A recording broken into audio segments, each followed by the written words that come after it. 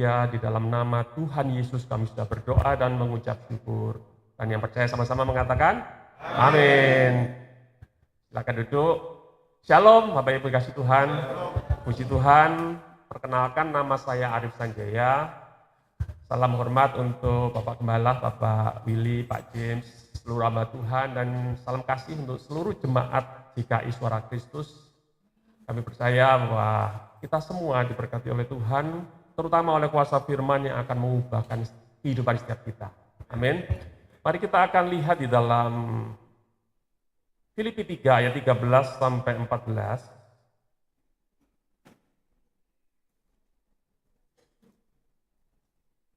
Filipi 3 ayat 13 sampai 14, firman Tuhan mengatakan demikian. Saudara-saudara, aku sendiri tidak menganggap bahwa aku telah menangkapnya. Tetapi ini aku lakukan, melupakan apa yang telah di belakangku dan mengarahkan diri kepada apa yang di hadapanku. Dan berlari-lari kepada tujuan untuk memperoleh hadiah, yaitu panggilan sorgawi dari Allah dalam Kristus Yesus. Sekaligus kita lihat juga di dalam Injil Yohanes 20 ayat 19. Yohanes 20 ayat 19, firman Tuhan mengatakan demikian. Nggak tampil ya, nggak apa-apa Bapak Ibu. Saya akan bacakan. Ketika hari sudah malam pada hari pertama minggu itu, berkumpullah murid-murid Yesus di suatu tempat dengan pintu-pintu yang terkunci, karena mereka takut kepada orang-orang Yahudi. Pada waktu itu datanglah Yesus dan berdiri di tengah-tengah mereka dan berkata, damai sejahtera bagi kamu. Puji Tuhan, Bapak Ibu kasih Tuhan, hari-hari ini adalah hari-hari di mana situasi ini tidak menentu. Ya, hanya karena dua negara berperang, akibatnya terjadi dampak kemiskinan kepada lebih dari 30 negara, ya persisnya 35 negara. Baru 2 tahun kita melewati situasi yang sangat kritis, yaitu wabah pandemi. Dan sampai hari ini belum dinyatakan itu sudah usai kan. Dari situasi itu saja kita lihat bagaimana pergumulan orang mengalami hal-hal yang menakutkan, seperti halnya kita lihat ketika para murid, ya, karena ini masih dalam rangkaian kebangkitan sampai nanti kenaikan Tuhan Yesus. Di suatu hari pertama dalam minggu itu, ketika murid-murid berkumpul, mereka kunci pintu dan ketakutan. Mereka takut pada orang-orang Yahudi. Mereka melihat dengan mata kepala sendiri bagaimana pada saat itu guru mereka, ya, Tuhan mereka yang sangat mereka junjung itu mengalami penganiayaan dan disalibkan mati. Dan apa yang menyebabkan itu situasi itu begitu menekan mereka? Mereka takut karena pada saat itu mereka pun dicari-cari. Bahkan mereka kalau perlu sih jangan sampai orang tahu kalau mereka pernah berguru kepada Yesus.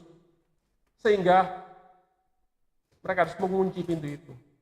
Nah, ini ada sebuah teror mental, ada intimidasi yang membuat mereka harus menyembunyikan diri atau mengisolasi diri sementara waktu. Dan pada saat itu Yesus katakan, damai sejahtera bagi kamu. Peace be with you. Itu luar biasa, satu kalimat tapi memberikan sebuah kekuatan dan penghiburan. Memang ada satu zaman yang tidak menentu seperti sekarang ini. Seperti tadi ibu-ibu nyanyikan, kita harus gandol nang Gusti. Ya.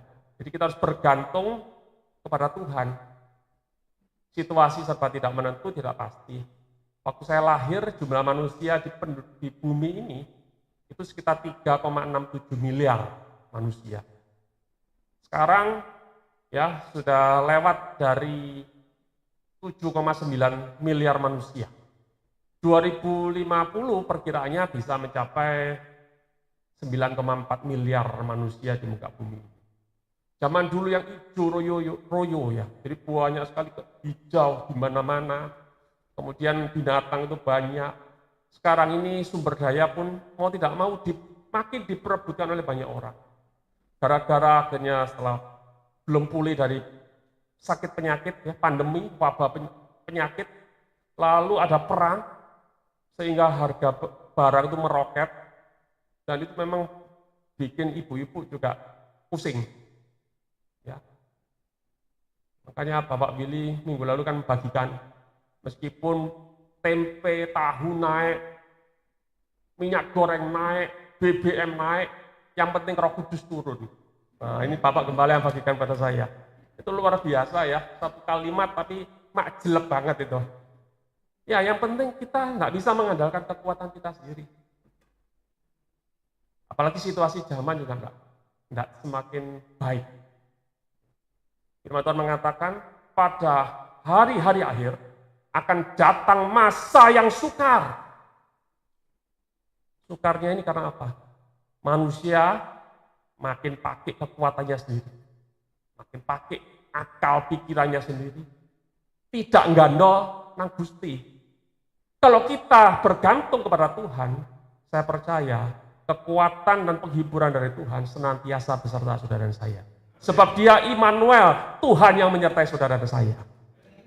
Oleh karena itu Bapak yang dikasih Tuhan, kita mesti tetap harus fokus. Ya, tadi ilustrasi juga sangat bagus, ya, seperti sebuah panah yang diluncurkan. Kalau kita bidiknya itu cuma meleset sekian mili saja, ya, dalam jarak misalnya 100 meter itu sudah tidak akan mengena kepada sasaran. Ya, dan kita harus benar-benar fokus kepada berita di mana Tuhan Yesus itu sebenarnya Tuhan yang benar-benar peduli kepada kita anak-anaknya. Jangan sampai akhirnya kita ini pada saat situasi yang tidak menentu, pakai kekuatan sendiri, malah digoncang oleh segala macam pengaruh-pengaruh yang sebenarnya menjauhkan kita dari kasih karunia Tuhan. Dan ini benar-benar sudah dicontohkan di dalam Alkitab. Kita lihat ya di dalam Keluaran 32 ayat 1. Ya, saya akan bacakan Keluaran 32 ayat 1. Firman Tuhan mengatakan demikian. Ketika bangsa itu melihat bahwa Musa mengundur-undurkan turun dari gunung itu, maka berkumpullah mereka mengerumuni Harun dan berkata kepadanya, "Mari, buatlah untuk kami Allah yang akan berjalan di depan kami. Sebab Musa ini, orang yang telah memimpin kami keluar dari tanah Mesir, kami tidak tahu apa yang telah terjadi dengan dia." Nah, situasinya itu seperti ketika menanti Musa, mereka 430 tahun diperbudak di tanah Mesir. Lalu satu ketika Tuhan punya rencana yang luar biasa bagi bangsa Israel. Dibawa keluar menuju tanah perjanjian. Dan di padang gurun ini, ketika Tuhan memanggil pemimpin mereka Musa untuk naik Gunung Sinai, menerima perintah Allah. Apa yang mereka lakukan? Mereka menanti-nanti, gak jelas, tidak tahu arah tujuan, dan mulai kehilangan. Fokusnya sudah mulai bergeser. Tuhan sudah pimpin mereka pada waktu siang dengan tiang awan. Tuhan pimpin mereka dengan tiang api pada malam hari. Dan mereka melihat bagaimana perbuatan tangan Tuhan yang ajaib ketika mereka harus melewati laut Teberau. Mereka diberi makan daging, apa yang mereka minta. Mereka diberi mana dari surga setiap hari. Dipelihara, bahkan kasutnya tidak rusak. Tapi satu ketika karena mereka melihat sesuatu yang tidak jelas di sekeliling mereka, maka pikiran sudah mulai kacau. Apa yang membuat mereka kacau? Ya karena sesuatu yang tidak pasti. Bukankah hari-hari ini kita juga mengalami situasi yang kadang-kadang kita sendiri bingung. Apa yang akan terjadi di waktu yang akan datang? Hari ke depan ini apa yang akan terjadi? Lalu mereka mulai muncul satu ide, ya, brilian tanda petik. Wah, kumpulkan semua anting-anting emas dikumpulkan, kemudian mereka dibuatkan anak lembu emas, dan kemudian mereka membuat Allah mereka sendiri. Ya, dikatakan, mari buatlah untuk kami Allah. Wah, satu perbuatan yang sangat mendukakan hati Tuhan. Dan akibatnya apa? Di dalam 1 Korintus 10 ayat 6 dikatakan demikian. Saya akan bacakan ya, 1 Korintus 10 ayat 6. Semuanya ini telah terjadi sebagai contoh bagi kita untuk memperingatkan kita supaya jangan kita menginginkan hal-hal yang jahat seperti yang telah mereka perbuat, dan supaya kita jangan menjadi penyembah-penyembah berhala sama seperti beberapa orang dari mereka. Seperti ada tertulis, maka duduklah bangsa itu untuk makan dan minum, kemudian bangunlah mereka dan bersukaria. Janganlah kita melakukan percabulan seperti yang dilakukan oleh beberapa orang dari mereka, sehingga pada satu hari telah tewas 23.000 orang. Dan janganlah kita mencobai Tuhan seperti yang dilakukan oleh beberapa orang dari mereka, sehingga mereka mati dipagut ular. Dan janganlah bersungut-sungut seperti yang dilakukan oleh beberapa orang dari mereka, sehingga mereka dibinasakan oleh malaikat maut. Semuanya ini telah menimpa mereka sebagai contoh, sekali lagi sebagai contoh, dan dituliskan untuk menjadi peringatan bagi kita yang hidup pada waktu di mana zaman akhir telah tiba. Jadi ada 5 dosa dasar ya yang dilakukan oleh orang Israel, oleh bangsa Israel, sehingga mereka tidak sampai ke tanah perjanjian. Tanah perjanjian ini bicara bagaimana kemaksimalan kita, bagaimana janji-janji Tuhan itu dipenuhi di dalam kehidupan kita, bagaimana karakter kita makin diubah seperti Kristus. Itulah bicara tentang tanah perjanjian. Dan mereka tidak mencapai itu karena 5 dosa dasar. Apa? Yang pertama, berbuat jahat. Ya. Janganlah kita menginginkan hal-hal jahat seperti yang telah mereka perbuat. Jadi unsur jahat itu seperti apa? Di dalam Yakobus 3:16 dikatakan, di mana ada iri hati dan mementingkan diri sendiri, maka di situ muncul perbuatan jahat dan segala macam kekacauan. Jadi kalau misalnya kita masih ada hal yang berkaitan dengan hati, ada iri, ada benci, ada dengki, itu disebut kejahatan. Jadi yang menggerakkan itu apa? Hawa nafsu kita. Makanya nafsu itu kan selalu unsurnya itu ngambil sesuatu. Ya, ngambil sesuatu dari orang. Lawannya apa? Yohanes 3:16. Karena begitu besar kasih Allah akan dunia ini, sehingga dia karuniakan anaknya tunggal. Supaya barang siapa percaya kepadanya tidak binasa, melainkan beroleh hidup yang kekal.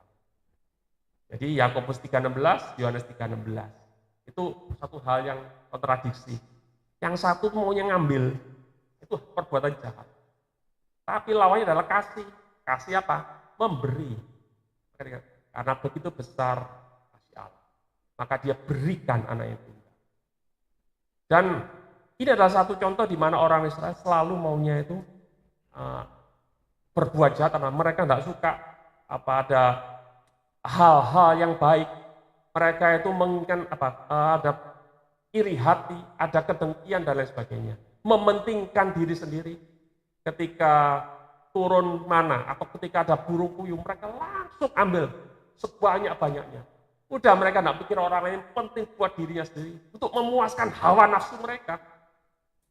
Dan disitulah muncul segala macam kekacauan.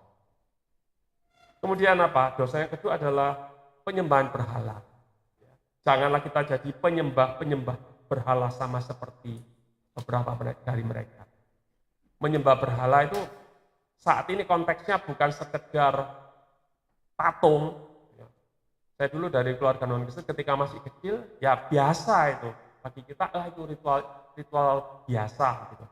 Tapi ketika kenal Tuhan, ya hal-hal demikian semua disingkirkan. Tapi wujud hari ini, bagi orang Kristen pun ada. Karena penyembahan berhala itu berasal dari pikiran.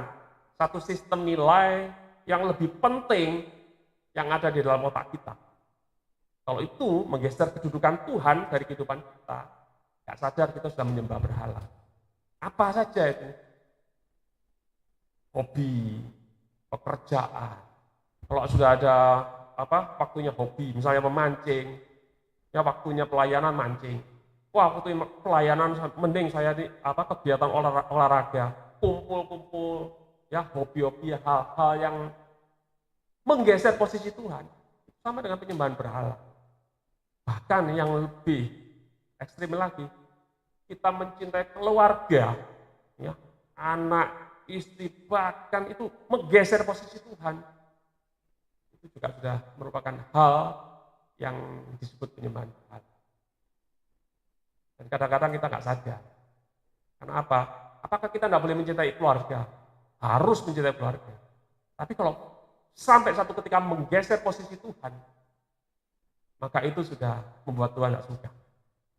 Ya. Kemudian janganlah melakukan percabulan, ini dosa ketiga, pencabulan. Hari ini kita bisa melihat bagaimana masa pandemi semua orang berinteraksi melalui sosial media, melalui internet. Maka di sana ada banyak hal-hal negatif pun akhirnya pindah ke sana. Ya. Kita lihat bagaimana banyak sekali orang-orang menjadi korban karena hal-hal negatif dari sosmed. Dan anak-anak muda banyak yang jatuh juga di sini. Saya adalah salah satu relawan yang bergerak untuk menolong orang-orang yang bermasalah ya dengan masalah penipuan-penipuan secara online. Sebut saya adalah mereka orang-orang yang melakukan scam atau penipuan-penipuan secara online. Dan banyak rumah tangga hancur gara-gara sosial media. Oleh karena itu, hati-hati juga. Kita menggunakan handphone itu baik, itu netral. Tidak ada salahnya dengan handphone kita. Kita menggunakan sosial media juga tidak ada masalah, netral. Sepanjang kita tahu mengontrol menggunakannya dengan baik. Ya, ada satu, ya maaf saya katakan seorang pengajar dengan pendidikan yang sangat luar biasa, ya sudah doktor. Namun rumah tangga pun hancur gara-gara sosial media. Dan itu bukan dilakukan menurut apa yang dia mau. Dia memang terkena kriminal yang terorganisir. Lalu akibatnya benar-benar hancur pada akhirnya. Aduh, saya sangat sedih. Karena saya sudah berusaha gimana caranya untuk memberikan ya masukan-masukan. Tapi tetap pada akhirnya ada satu rumah tangga tidak terselamatkan gara-gara pengaruh dari sosial media, hal-hal yang negatif itu. Kemudian apa? Dosa keempat, mencobai Tuhan. Mencobai Tuhan artinya memaksa Tuhan untuk melakukan apa yang bukan sifatnya Tuhan. Sudah tahu pekerjaannya tidak benar, kemudian kita ini minta Tuhan berkati. Padahal pekerjaan sudah tahu tidak benar. Tuhan tolong berkati usahaku, berkati. Aku mau mengembalikan apa yang Tuhan berkati untuk pekerjaanmu. Nah, ini namanya mencobai Tuhan. Ya, sama seperti ketika iblis itu mencobai Tuhan Yesus. Ayo jatuhkan dirimu dari hubungan bait Allah. Kayak firman Allah lagi, iblis. Bukankah firman mengatakan bahwa malaikat-malaikatnya akan diperintahkan untuk menatang engkau sehingga kakimu tidak terantuk kepada batu. Tuhan Yesus katakan, jangan engkau mencobai Tuhan Allahmu. Jadi salah satu dosa adalah bagaimana kita memaksa Tuhan untuk melakukan sesuatu yang bukan sifatnya Tuhan. Kemudian, nah ini yang paling sering itu adalah janganlah bersungut-sungut. Bersungut-sungut itu adalah ngomel. Ya, saya percaya di sini tidak ada yang ngomel ya, tidak ada suka ngomel. Yang ada di sono itu. Bersungut-sungut adalah satu dosa dasar. Artinya apa? Tuhan dipaksa turun dari tahtanya. Seolah-olah dia tidak mampu jadi Tuhan. Dan kita seolah-olah lebih bisa ngatur Tuhan bagaimana kita, sehingga kita ngomel-ngomel. Peristiwa di Mara dan Elim, itu ada salah satu contoh bagaimana orang Israel itu ngomel-ngomel bersungut-sungut, ya. Karena apa? Air itu pahit. Air di Mara itu pahit. Dan itu bukan yang pertama, itu masih banyak sekali peristiwa ngomelnya orang Israel, sehingga akhirnya mereka tidak bisa masuk ke tanah perjanjian. 5 dosa dasar ini kita diingatkan, supaya di dalam kehidupan ini, kita ini bisa belajar benar-benar menaruh Tuhan di atas tahtanya. Tuhan berdaulat, Tuhan berkuasa di dalam kehidupan kita. Yang kita lakukan adalah, aku mau tunduk dan taat kepada Tuhan. Aku mau lakukan yang terbaik. Dan aku percaya hidupku mau kuserahkan untuk memuliakan nama Tuhan semata. Dan kita percaya ya, ketika kita ini benar-benar mau serahkan diri kepada Tuhan, Dia itu Bapa yang tidak pernah membiarkan anaknya. Ya, Tuhan sudah berjanji bahwa ketika kita meminta roti, tidak mungkin diberikan batu. Ketika kita ini membutuhkan sesuatu, pasti Tuhan peduli kepada kebutuhan anak-anaknya. Akhirnya apa? Benar-benar masuk tanah perjanjian. Yang tadi ngomong, ayo buat Allah buat kami. Kemudian mereka serahkan semua hartanya untuk membuat patung anak lembu emas. Sampai akhirnya Musa berketan benar-benar, siapa yang tidak memihak Tuhan datang kepada. Dan akhirnya masuk Lewi. Akhirnya benar-benar mereka harus binasa di padang gurun. Satu angkatan yang mereka keluar dari Mesir, tidak ada satupun yang benar-benar masuk tanah perjanjian. Yang ada kan mereka yang dibawa, ya, generasi yang lahir di padang gurun, plus Kaleb dan Joshua. Ini satu pelajaran yang luar biasa buat setiap kita, supaya kita benar-benar menghargai Tuhan. Dalam segala situasi, dalam segala hal, jangan sampai akhirnya fokus kita ini berpaling dari Tuhan. Wis salah gandol nang Gusti, itu paling top, paling enak, paling top tier. Amin. Dengan demikian, maka hidup kita ini benar-benar akan menyenangkan hati Tuhan dan memuliakan namanya. Oleh karena itu saran ya, yang untuk jemaat, jangan fokus pada masalah. Ya. Apa yang kita lihat, apa yang kita dengar. Jadi ilustrasinya itu, ketika saya kecil, itu paling tidak kuat perjalanan darat. Ketika naik mobil kan apa? Ketika saya kecil, zaman dulu mobil nggak nyaman seperti sekarang.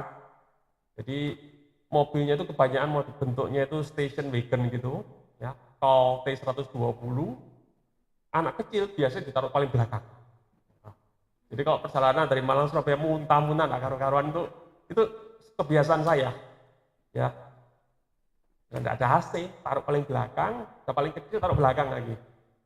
Apa yang saya lihat? Saya lihat cuma sesuatu, ya, apa kursi depan, dan itu membuat saya tersandera, ibarat tersandera ruang dan waktu.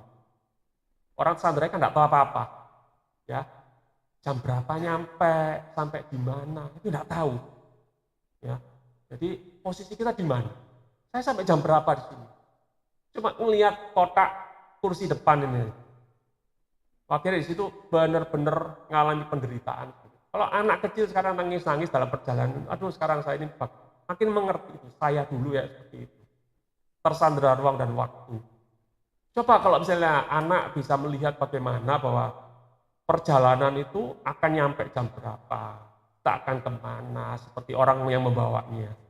Atau misalnya kita ini punya drone begitu ya, melihat, sudah mau sampai, apalagi kalau macet ya, kalau lihat apa-apa, waduh, sudah di dalam mobil, nggak lihat mobilnya dan nggak lihat apa-apa, mobilnya diem.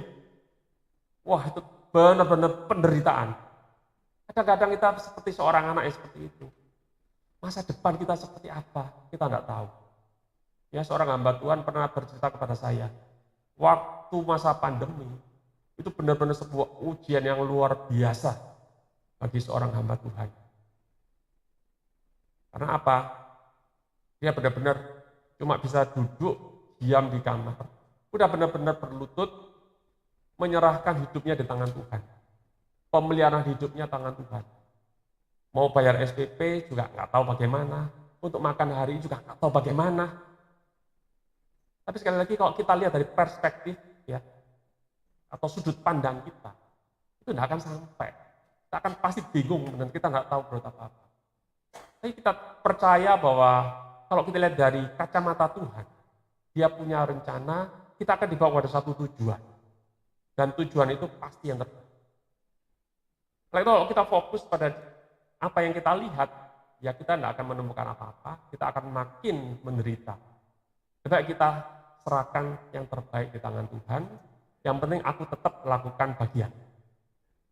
Kemudian fokuslah pada misi kerajaan Allah. Ya, hati yang lembut itu gampang untuk dibentuk dan gampang setuju dengan kehendak. Kita tahu bahwa dalam setiap perkara Tuhan itu punya rencana yang indah dalam kehidupan kita. Ya, Tuhan tahu yang terbaik dan Tuhan sedang bawa kita menuju ke sana. Misi kerajaan Allah apa? Kita ini punya anugerah yang luar biasa. Ketika Yesus Kristus serahkan dirinya di atas kayu salib 2000 tahun yang lalu, itu sebuah anugerah terbesar karena kita sudah diperdamaikan dengan Allah Bapa di surga. Kita yang binasa, kita ini harusnya mengalami maut, kita ini juga bukan siapa-siapa. Kita ini akhirnya bisa dikenal. Tuhan kenal kita loh sejak kita ini dalam kandungan, bahkan sejak dunia belum dijadikan. Jadi anugerah terbesar itu sudah jadi bagian kita. Nah sekarang ini Tuhan mau libatkan kita masuk dalam misi kerajaannya. Ya apa saja yang bisa kita lakukan? Ya tidak semua orang pelayanannya mungkin harus di atas mimbar. Tapi Bapak Ibu, ya Ibu-ibu bisa berdoa. Bagaimana supaya pelayanan ini juga bisa berlangsung lancar dari awal sampai akhir. Bahkan dari minggu demi minggu kita bisa menjadi pendoa-pendoa. Ya dan teman-teman, ya adik-adik, kita bisa ajak teman-teman. Ayo kita ini juga supaya tetap ada kesatuan hati untuk membawa jiwa-jiwa datang kepada Tuhan. Semua orang itu Tuhan berikan sebuah misi di dalam dirinya. Untuk kita ini terlibat di dalam misi kerajaan surga. Apapun yang bisa kita lakukan, mari kita bawa kepada Tuhan. Sebab Tuhan juga tidak mau kita ini setelah diselamatkan kita hanya fokus pada diri sendiri. Ya, Tuhan mau supaya kita ini benar-benar fokus kepada misi kerajaannya. Dan yang terakhir, ya firman Tuhan adalah pedoman dalam kehidupan kita. Ketika Yesus mengatakan damai sejahtera bagi kamu. Dalam situasi apapun, situasi mencekam, ketakutan, situasi yang serba tidak pasti, Yesus tahu-tahu datang dan katakan, peace with you. Peace be with you. Karena dia adalah Raja Damai. Prince of Peace. Jadi Raja Damai itu sendiri yang memberikan damai sejahteranya kepada setiap kita. Ya, ada sebuah ilustrasi bahwa di tengah-tengah badai apapun yang sedemikian besar, Tuhan itu tetap beserta dengan kita. Ada seorang anak yang mengilustrasikan damai sejahtera itu seperti sebuah gunung, ya, di mana ada hamparan sawah, di mana padi mulai menguning, Pak Tani mulai pergi ke sana. Oh itu lomba, ya. Ini ceritanya lomba ini. Yang pertama seperti itu.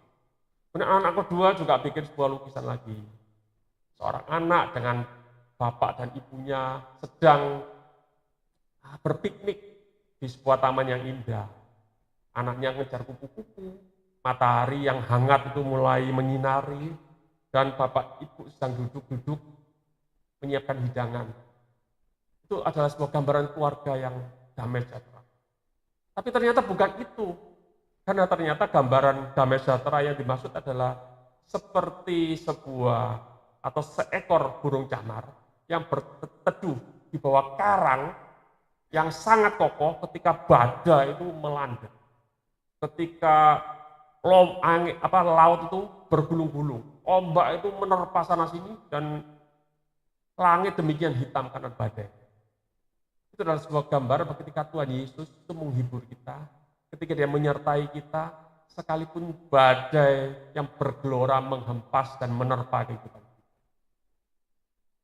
Kiranya setiap kita pun punya satu prinsip, bahwa dalam kehidupan ini aku tidak boleh meninggalkan Yesus. Sekali aku bersama dia, aku tetap mau setia kepada dia sampai mati, sampai nafas terakhir aku tetap setia kepada Tuhan Yesus.